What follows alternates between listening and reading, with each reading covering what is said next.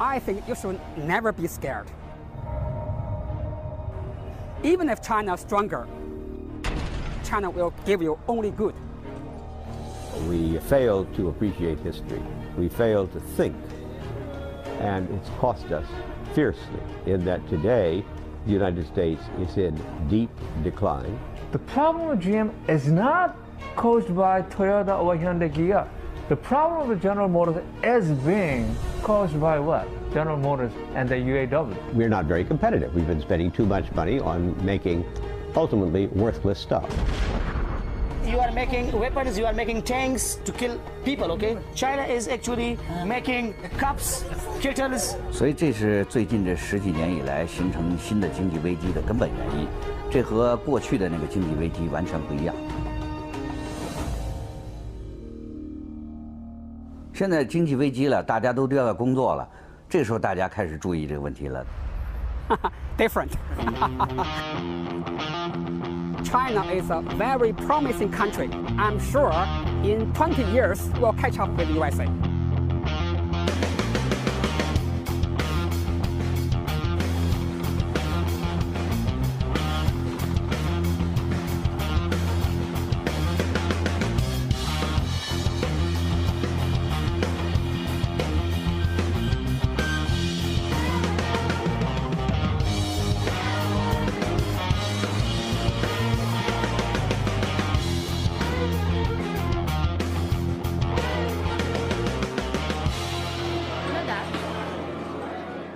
The world hegemon has historically always been the world's most powerful economic nation. The United States hasn't been the most powerful economic nation for a long time now. And it doesn't look like it's going to come back.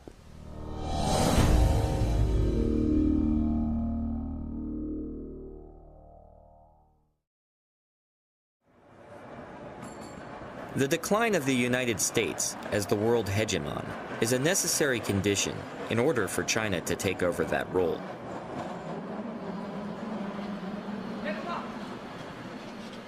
But does hegemon necessarily mean empire? Hegemon simply refers to an overarching power.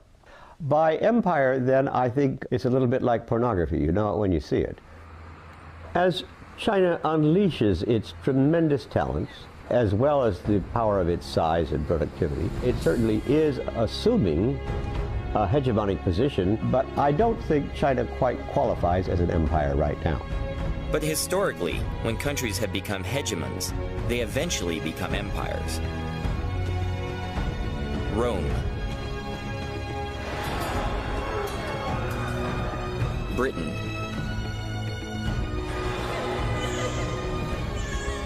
Germany,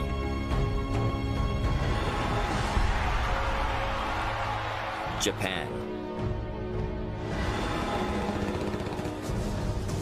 Russia, and let's not forget the United States.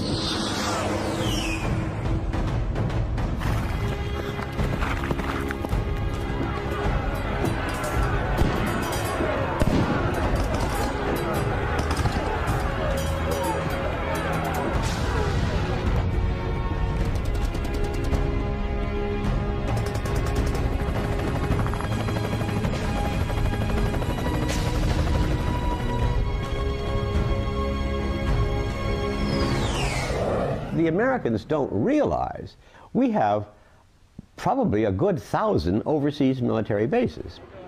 China doesn't yet have this military capability.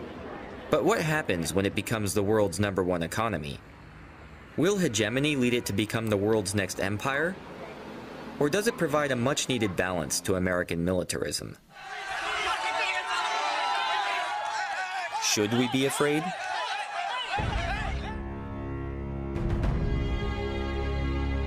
Seeing is believing.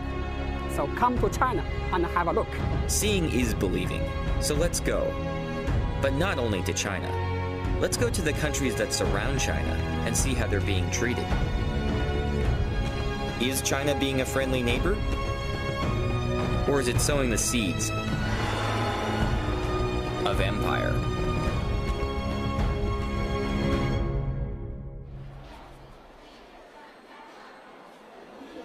China already uses its neighbors to play big country politics.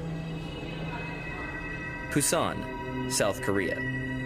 One of the world's major shipping ports, and evidence of the successful industrialization of South Korea, whose living standards now rival those of the United States. The US considers South Korea a key ally in East Asia, and it hopes that China will help to resolve the growing nuclear threat posed by neighboring North Korea. Like much US policy, it misunderstands Chinese interests. Seoul. The nation's capital has a little more than a quarter of the country's population of 48 million. It sits precariously at 50 kilometers from the demilitarized zone, separating the two sides, in range of the North's artillery. Threat of Seoul's all-out destruction in the event of further conflict has helped maintain this status quo for 5 decades. Just how serious a threat is North Korea's development of nuclear weapons?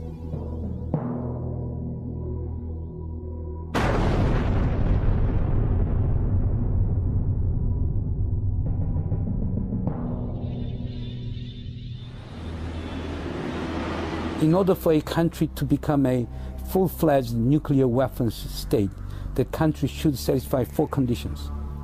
The first condition is the possession of nuclear warhead. Yes, North Korea has acquired nuclear warhead. Second, it should have delivery capability. North Korea has a delivery capability. It has intermediate range ballistic missile, Nodong 1 and Nodong 2. It has a short range missiles such as Scud B and C. Third, nuclear testing. But there is a debate on whether it was successful or not. And finally, in order to mount that warhead on the short and medium range missiles, North Korea should possess miniaturization technology. But we believe that North Korea is short of acquiring that miniaturization technology. In view of that, we can argue that North Korea is a very dangerous country with potential nuclear weapons capability, but we cannot regard North Korea as de facto a full-fledged nuclear weapons state. I don't find the Korean situation unstable. I've never felt that there was a threat from North Korea. I've never thought for a minute there was a single North Korean that was even slightly suicidal.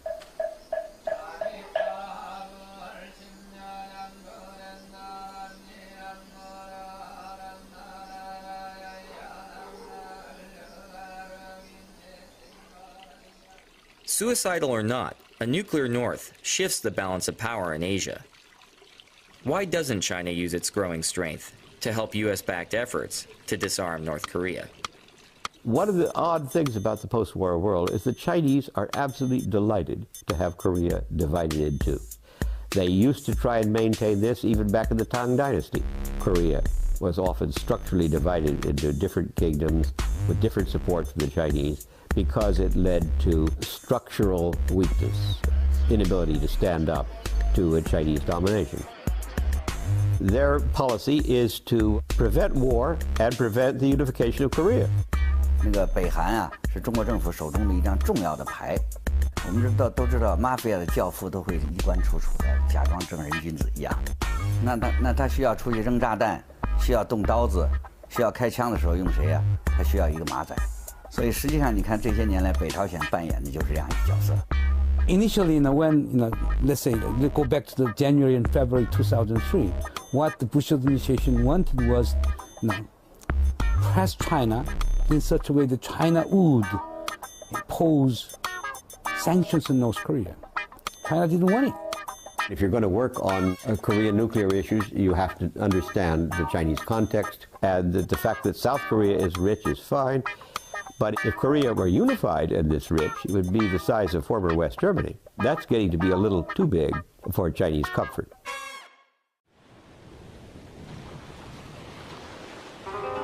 If Korea is a traditional tributary state that China manages through division, then how will it deal with Korea's bigger and wealthier neighbor, Japan, whose rivalries with China have spanned centuries?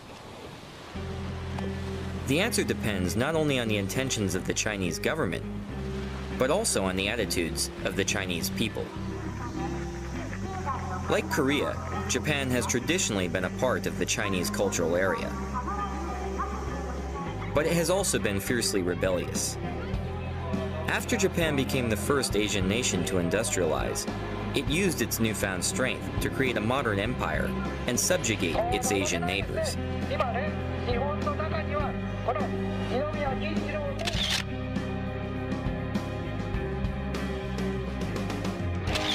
Committing heinous war crimes and killing approximately 30 million Chinese throughout Asia.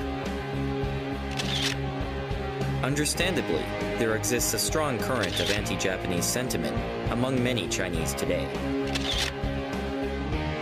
Although Japan was defeated in World War II, it went on to become the world's second largest economy. China, however, is now on the verge of surpassing its old rival.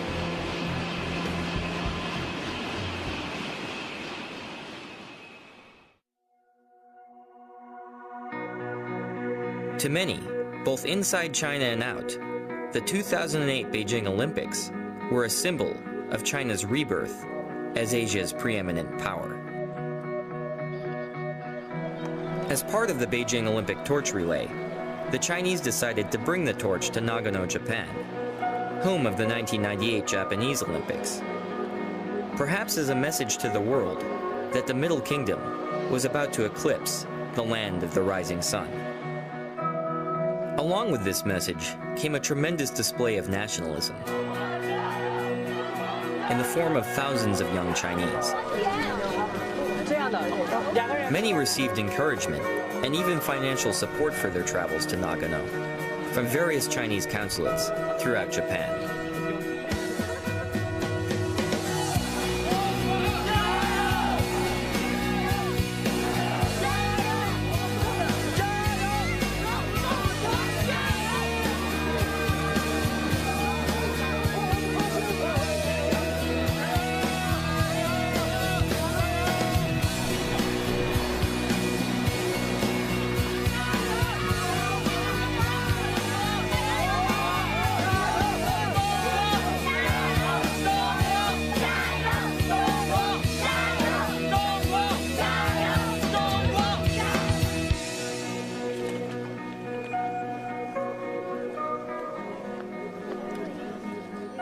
The Chinese government requested that the relay begin at Zenkoji Temple, the same starting point as that of Japan's 1998 Olympics. Actually, the Olympic Games is a very good opportunity for China. Most of the students in China view it as a great opportunity for us to present ourselves. However, days before the torch run, the temple announced concerns about the treatment of fellow Buddhists in Tibet at the hands of the Chinese, and refused to host the Chinese torch.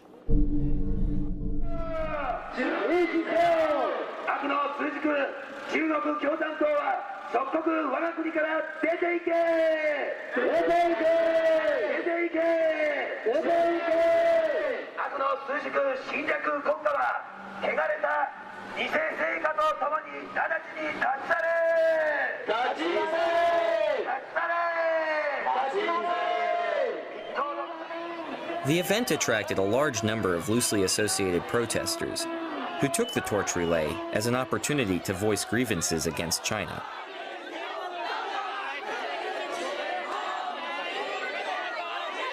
Generally, we don't like the protesters because they try to insert political implications to this non-political event.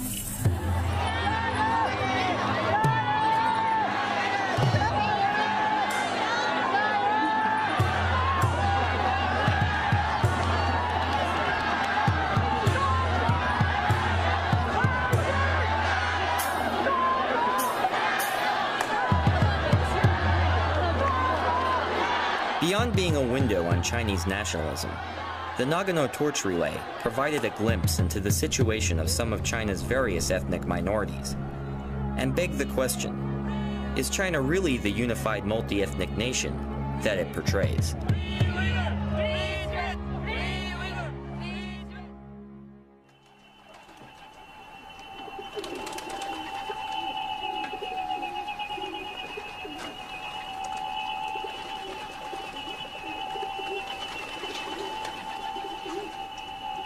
In China's idea from ancient to until now, we stress harmonious. Harmonious. You know Confucius. Kongzi, Confucius? Yeah. From his period, 2,000 years ago, he teach us, be friendly. No matter where you come from, all corners of the world, we are one family. We are friends. The Olympics provided an opportunity to see if the harmonious society was a reality or simply propaganda. We headed to Xinjiang, meaning new territory, to watch the Olympic torch relay in Kashgar.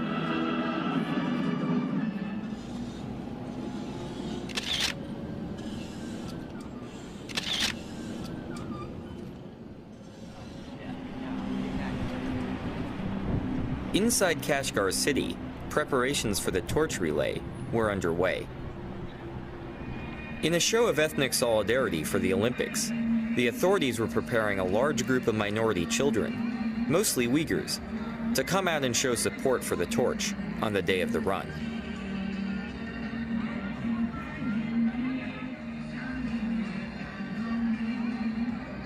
The event itself, however, was sealed off from the public.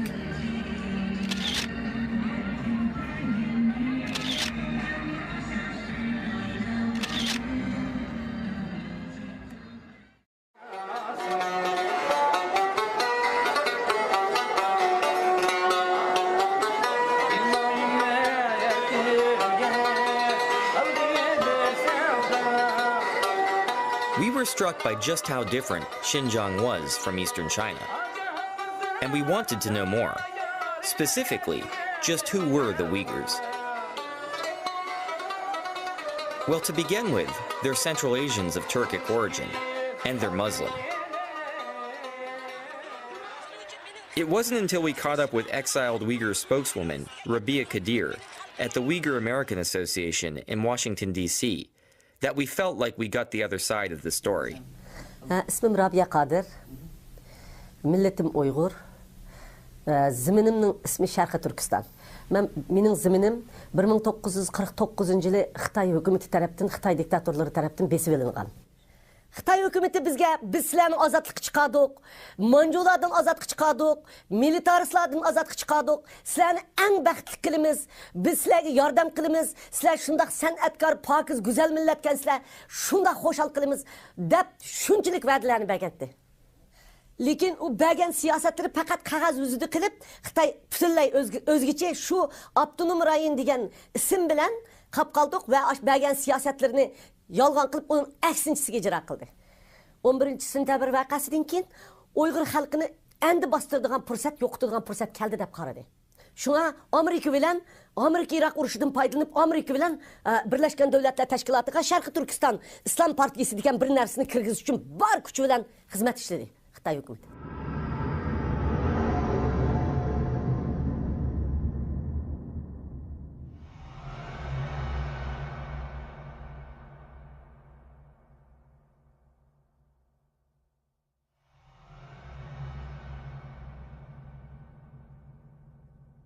Bu maksadını amalga oshirdi. 这个责任在布什政府，中国政府从来都有这样的企图，但是一般来说，西方国家是不会跟他在这方面合作。可是非常不幸的是，布什政府居然鼓励了中国政府，就是把新疆的这个反对派列为恐怖组织。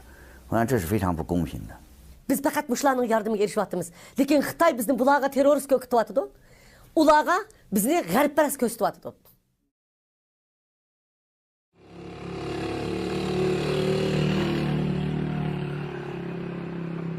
There are two nations which are fighting in the world. One is America, one is China. So America is using brutal way, which is war, and there is a lot of losses. And China is using a peaceful way and civilized way, where there is no loss.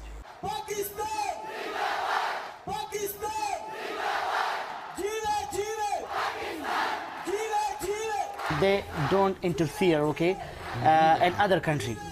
It is not like America. It is not like America who interfere in the entire world.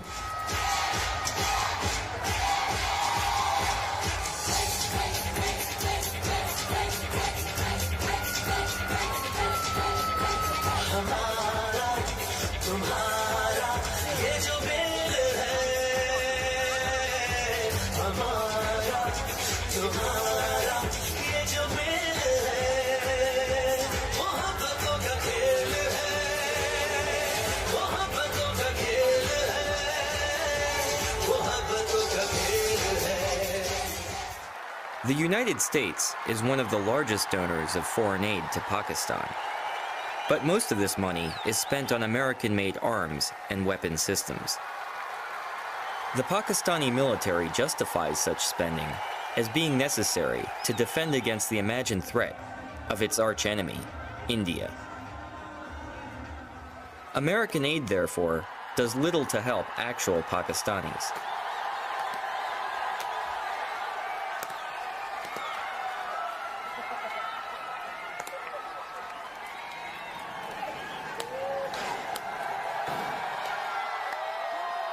Fortunately for the Pakistanis, there are other nations that have undertaken development projects that have contributed greatly to the infrastructure and quality of life in Pakistan. China has been our friend for the last 50 years. If Pakistan had any problem in the past, China came and it solved the problem of Pakistan. The Karakoram Highway is the highest international roadway in the world. It runs over 800 miles from Kashgar in western China to Islamabad, Pakistan.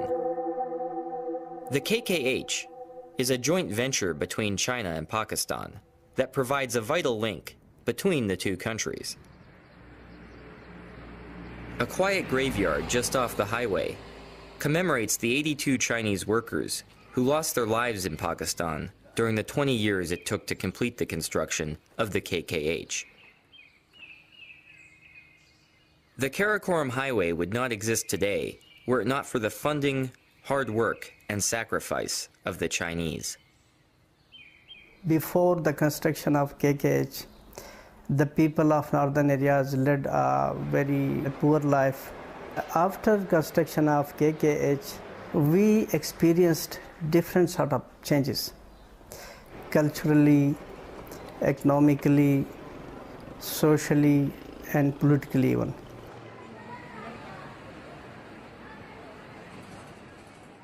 Our northern areas, there is no industry, only jobs, little jobs, and small homemade things. China is the only one of the country who provide the very cheap stuff for our people. We are 6 hours drive from our border to China, so easily we are going to. China is so near for us, so we want to business with China. In addition to inexpensive consumer goods, Chinese technology is also brought to Pakistan through the Karakoram. The Chinese technology is very cheap, so the local authorities and Pakistani government accept their bids and they allow them to establish their projects. There is an agreement between Chinese government and Pakistani government for widening the KKH, for laying the railway line as well as gas pipeline. So the local population is very happy. They will benefit it. The Chinese have also begun other mega projects in Pakistan, such as investing $200 million in the construction of Gwadar Port on the southern coast of the country. Gwadar is considered by the Chinese as their avenue to a warm water port. A port which is strategically close to where oil supplies go through, a port which gives them access to the Indian Ocean and the Arabian Sea, a port that they can use as a trade corridor. So there's the whole idea of linking Gwadar through Balochistan, onwards up through northern Pakistan, through the Karakoram Highway, going on through Xinjiang, and onwards into Central Asia.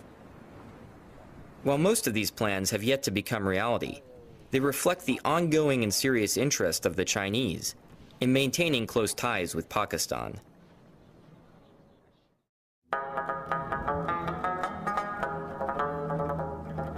China's reputation as a friendly neighbor does not stop at Pakistan's border. It has successfully been outcompeting the US for the favor of Afghanistan itself.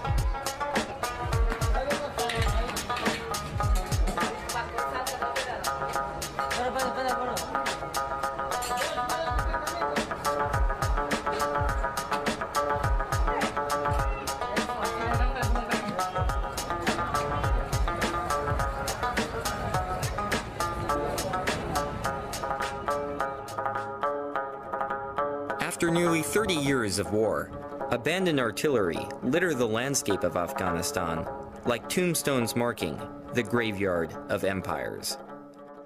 We have enough experience with the war. We fought the Soviets. At the end, that superpower was broken.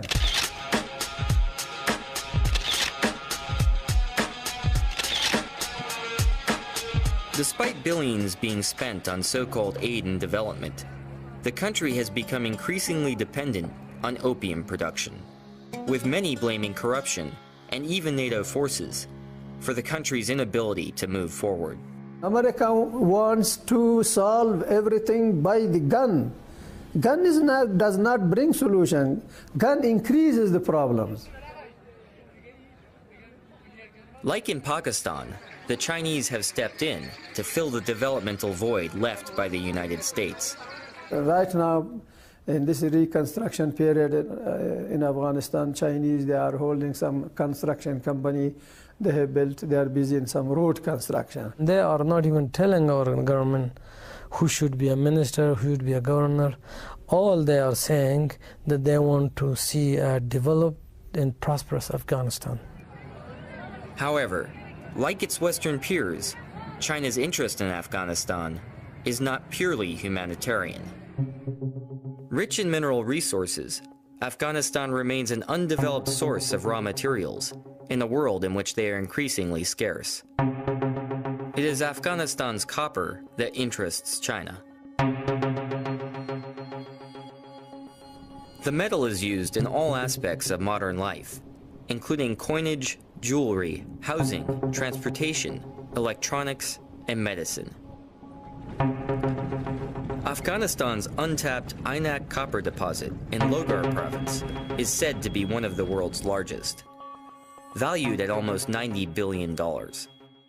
ولایت لوگر در 30 کیلومتری جنوب شرق شهر کابل قرار دارد و این ساحه معدنی که شامل بلاک تکتونیکی کابل هست. در اینجا 3 معدن بزرگ وجود دارد که عبارت از معدن عینک، معدن دربند و معدن جوهر. البته معدن مثل عینک بزرگترین از این معدن است و این ساحه. The China Metallurgical Group has bought a 30-year lease for $3 billion, the largest foreign investment in Afghanistan's history. The royalties alone will cover almost half of the Afghan government's annual budget.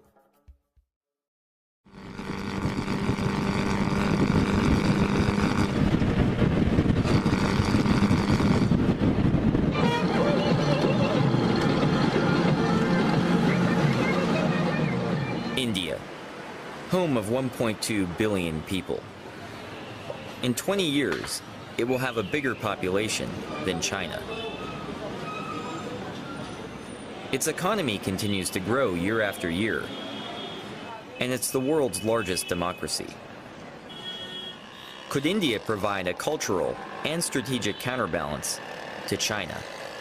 One of the main balancing forces in the emerging world of Asia, South and East Asia, is going to be India and China. That neither is going to feel comfortable with one achieving a position of superiority, least of all any claims to hegemony. I would assume Asia is a target for the Chinese. They would like to put Asia under its control in economic terms, in political terms, in strategic and military terms. This is where China has been active. If you were to look around Asia, China has replaced the US as the largest trading partner for almost every country in the region. India-China trade has been growing rapidly, and a trade route has even been opened that directly connects India and China through Tibet. Indeed, India-China trade has crossed India-US trade in terms of sheer numbers. There's a growing trade relation, bilateral relation between these two countries. I think that gives Chinese a certain power, which people will look over their shoulder twice before they do or say something that gets Beijing upset. Chinese have committed a lot of atrocities, and they've been allowed to get away with it because they've been isolated for so long. There's a period where no one knows what went on in China, and now that they've opened up, they're still sort of acting with impunity. Because of the economic incentive, countries aren't willing to speak out. Trade has lately become very China-driven. India is always very careful about the Tibet issue and also with its vis-a-vis with its relation with China? I think it's a tightrope that New Delhi has to walk between its increasingly closer relations with Beijing and also keeping Tibetan refugees population satisfied as much as we can.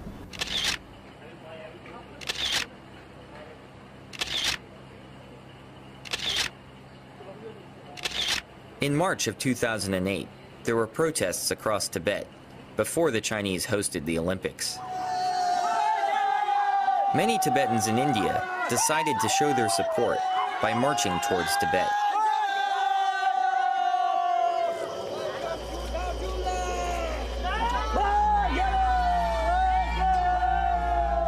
When we led this march, we walked for nearly 4 months.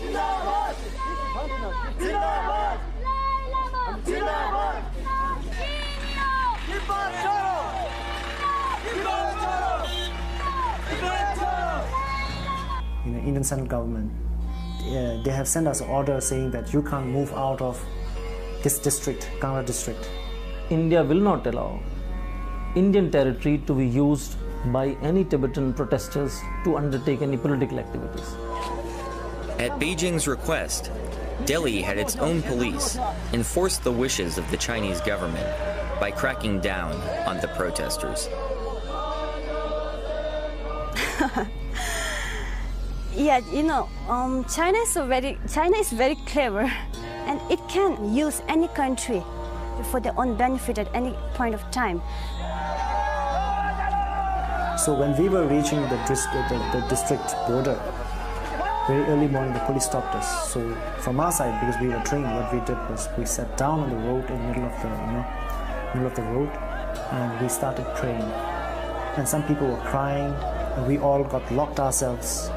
We started praying, and that made it impossible for them to get angry.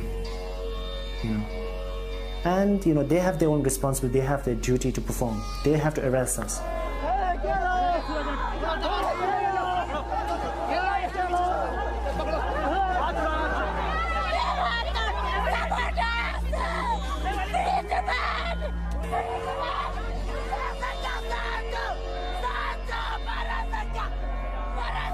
I think perhaps I feel a bit of an affinity to the Tibetan people because my parents went, or at least my mother, I don't know about my father, went through the Cultural Revolution.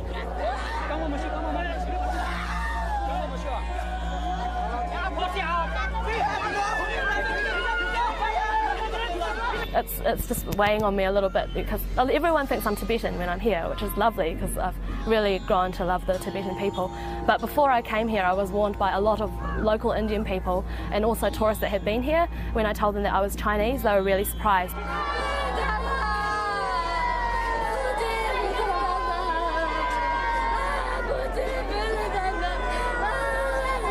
Some people were actually saying quite extreme things, like that people might think I was a spy from China, and that people would react negatively here. They would get angry with me, and if I'm not angry, then they would be staring at me and they'd make my stay here very uncomfortable.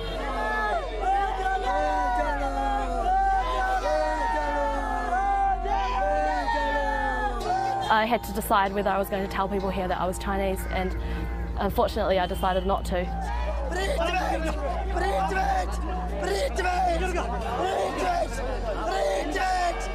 And I think that was a mistake because I think they would have accepted me fine. Like they've got friends in Tibet that are Chinese, and they're very open and welcoming of Chinese people because that's what the Dalai Lama teaches them, to show compassion to everyone, your enemies and your friends.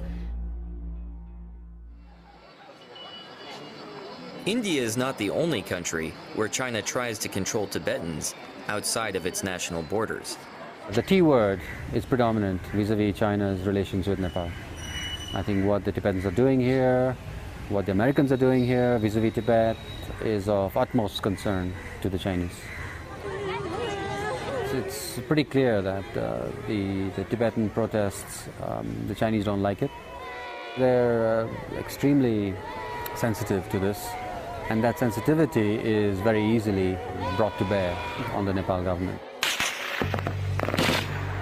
For 10 years, a bloody civil war raged across Nepal. as Maoist rebels took up arms against the king, and the Maoists gained popular support. After the king was forced out of power in 2008, the Maoists were elected to run the new government. The party's name is a clear tribute to China's Chairman Mao. 实际上，他们不但是从意识形态上是毛泽东的那派别，而且他们一直在那个财政上和武器装备上都得到中国政府支持。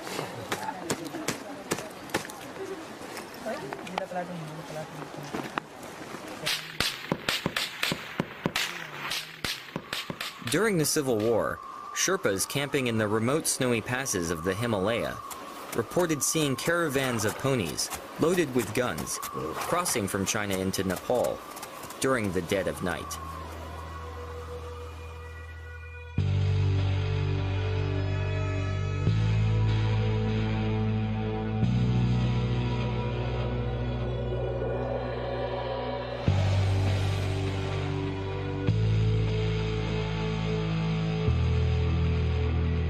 Maoists stormed the offices of the Nepali Times and physically assaulted Kunda Dixit and his staff in an attempt to silence the press.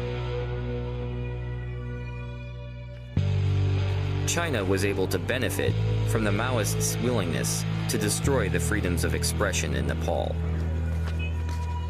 In response to pressure from China, Nepal agreed to ban all anti-China activity on its soil.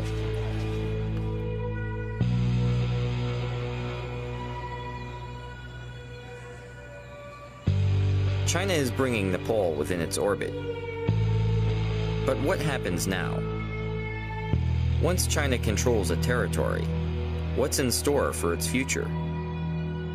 Let's take a look at Hong Kong.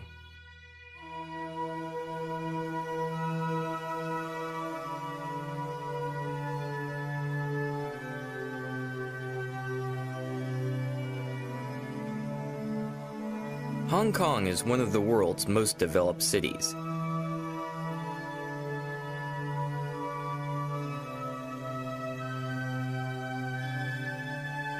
An icon of Asia. The Pearl of the East.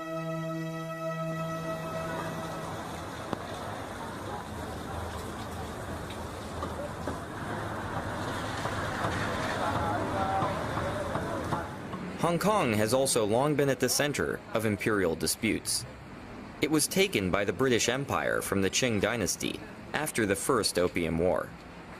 过去英国的统治能在那儿存在好几十年，是因为中国经济上的需要。因为当时西方的很多工业设备和那个先进的技术是禁止卖给共产党国家，那么香港成为中国转手购买西方技术和西方的产品的一个重要的那个基地。 这是保留香港的最重要的那个原因。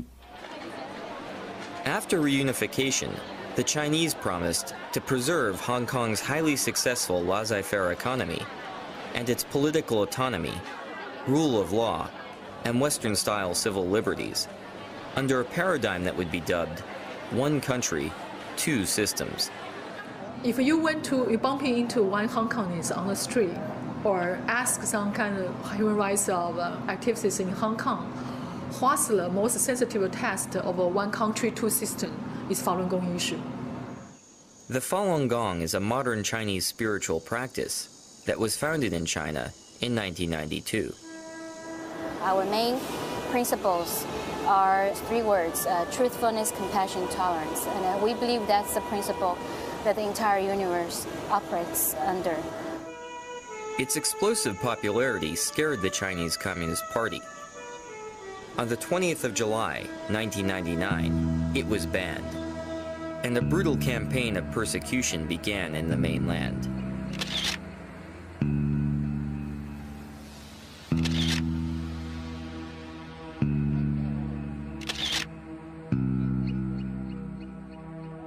Falun Gong practitioners sought refuge all over the world, including Taiwan, Japan, the US, and even Hong Kong. Compared to China, Hong Kong remained an island of tolerance for the Falun Gong. Even today, as busloads of tourists from the mainland come to visit Hong Kong and take in the view from Victoria Peak. Falun Gong practitioners are free, under Hong Kong's constitution, to peacefully demonstrate in support of their beliefs, including displays about human rights violations by the Chinese government. On the surface, it would appear that one country, two systems is working. Or is it?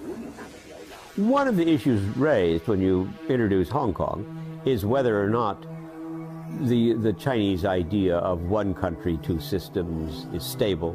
I don't think so. Under Beijing's pressure, the Hong Kong government routinely violates its own constitution by refusing entry to Falun Gong practitioners who try to visit the territory. Every country have immigration control.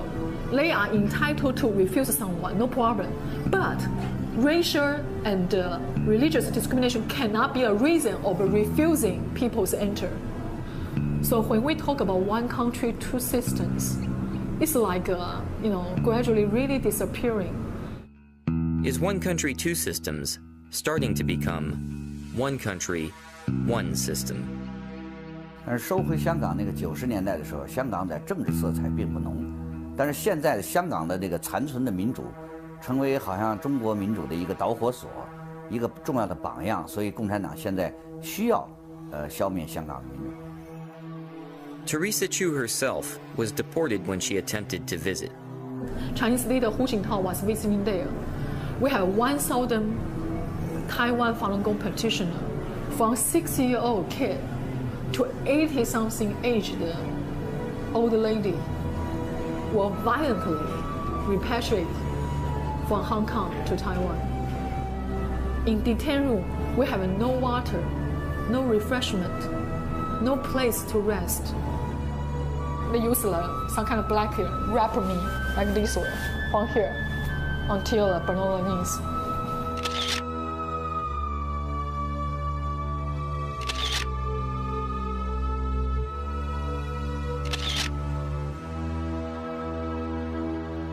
So you can see how hostile they are. It's not like a free society. It's not like a Pearl of the East. Why? Because the black hand, the invisible hand behind Hong Kong's government, the Chinese regime. 当中国进行经济改革，西方对中国开放那个出售技术和产品的时候啊，香港存在的意义就不大了，所以中国要收回香港。我想香港的民主可能在未来10年中会逐渐消失。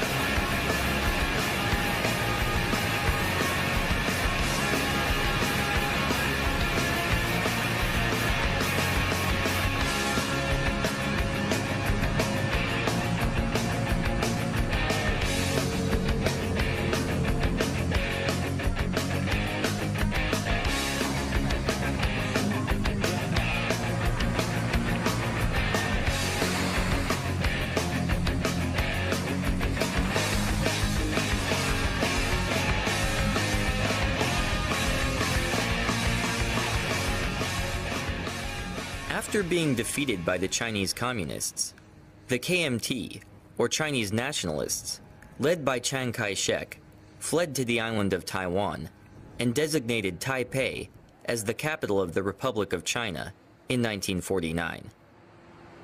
The KMT ruled the island under an oppressive authoritarian regime, but it was successful in creating rapid economic growth that has made Taiwan one of the most industrialized countries in the world. Eventually, the KMT's iron grip gave way to a democratic system in Taiwan, creating the first true ethnic Chinese democracy in world history. Could Taiwan be a model for the future of mainland China? if democracy exists and is established, more is strengthened in this region, I believe it will not just benefit the people in Taiwan, but also benefit surrounding countries, especially China. The youngsters on the mainland, they're gradually changing their worldview. They're not that inward-looking anymore. They can see by themselves what's going on in Taiwan, especially in Taiwan's democratic developments. 它是一个和中国大陆的人一样讲同样语言的、同样的种族的这么一个国家，那么它的民主化对中国老百姓来说是个非常大的刺激。In the long run, we can change the very nature of the Chinese communism, and hoping that someday that the mainland China can be converted into a free and a democratic society. We believe that China is moving to a right direction that develops the economy and improves the quality of life of everyone, and at the same time promote the democracy and equality.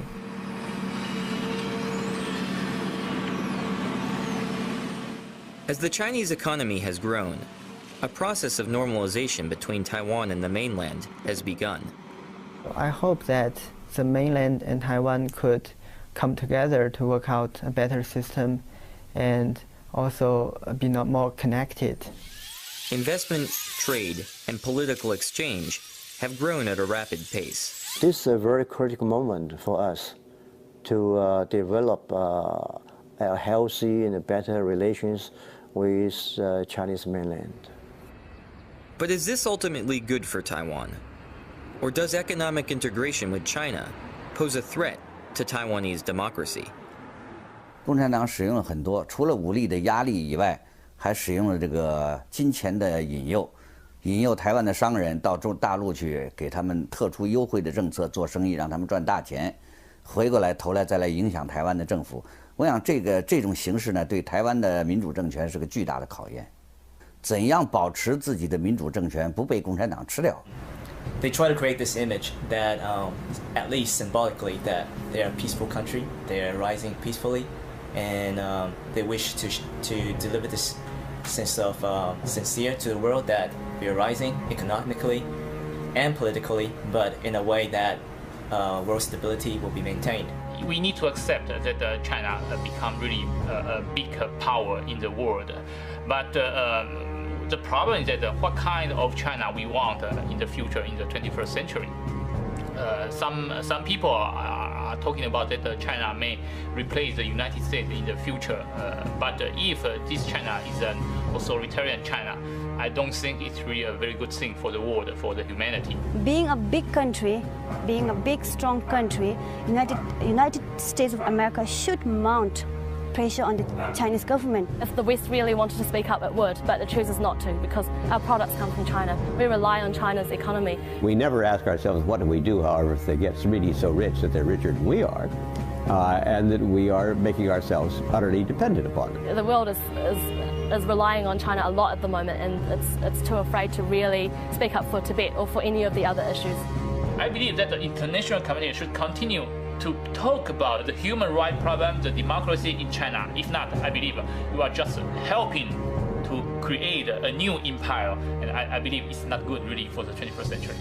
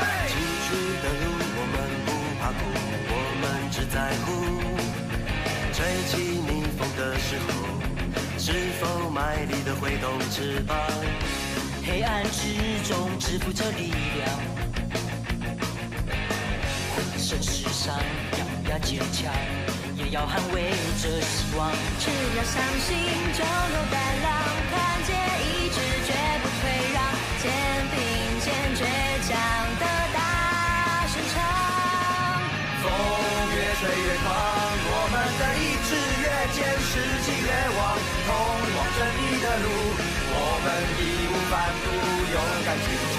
风越吹越狂，我们的步伐更向前跨，意志更坚，士气更旺，逆境中停止北方。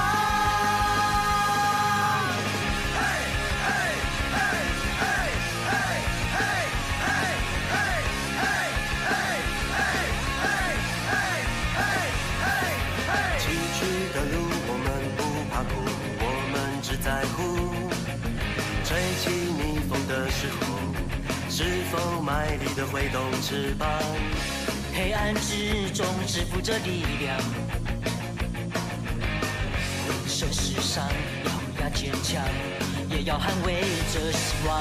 只要相信就有胆量，团结一致绝不退让，肩并肩倔强的大声唱。